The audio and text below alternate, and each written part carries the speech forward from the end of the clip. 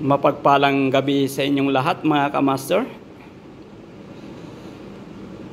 Gusto ko lang i-share sa inyo yung aking ginagawa ngayong gabi na ito.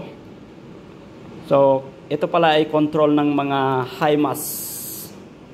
Ito ay nakikita natin sa mga highways o di kaya sa mga malalaking kumpanya, malalaking planta.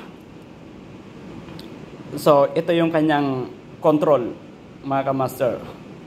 So, gumamit pala tayo dito mga kamaster ng 400 watts na balas, igniter, at 30 UF na capacitor.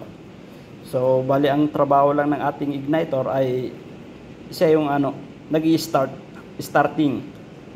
So, ang ating capacitor, ito ay naglilimit ng kuryente na pumapasok sa ating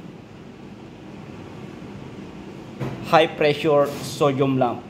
So, gumamit pala tayo ng high pressure sodium lamp mga kamaster. So, ayan. At kakaiba ito mga kamaster. So, may hams yung ilaw na ito. Malaki. Nakakatakot. Nakakatakot yan pag pumasok. So, ang kanyang wiring ay ganito lang mga kamaster. So, ito yung ang pula na yan ay papunta sa ating light at L1, L2 ito yung isang linya papunta ng balas at yung isang linya ay papunta ng igniter at ito ay papunta na sa ilaw at isa naman ay neutral. Bali, ang capacitor ay nakaparallel lang yan mga kamaster. So, ganyan lang. Kung wala ka pang idea sa pagwawiring nito, ay ganito lang, kasimple, mga kamaster. So, sundan nyo lang yan. So, ayan, pare-pareho yan, mga kamaster. Yan. Pare-pareho lang yan.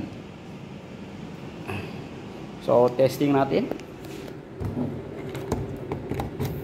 Ayan siya, mga kamaster.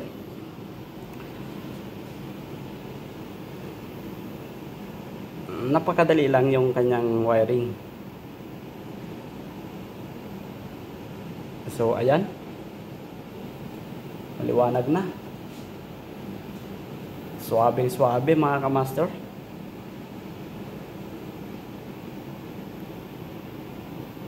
So, yun lang mga kamaster. Kung bago ka pa lang sa aking channel, huwag kalimutang mag-subscribe at hit the bell button para ma-update ka sa aking mga susunod pang mga video.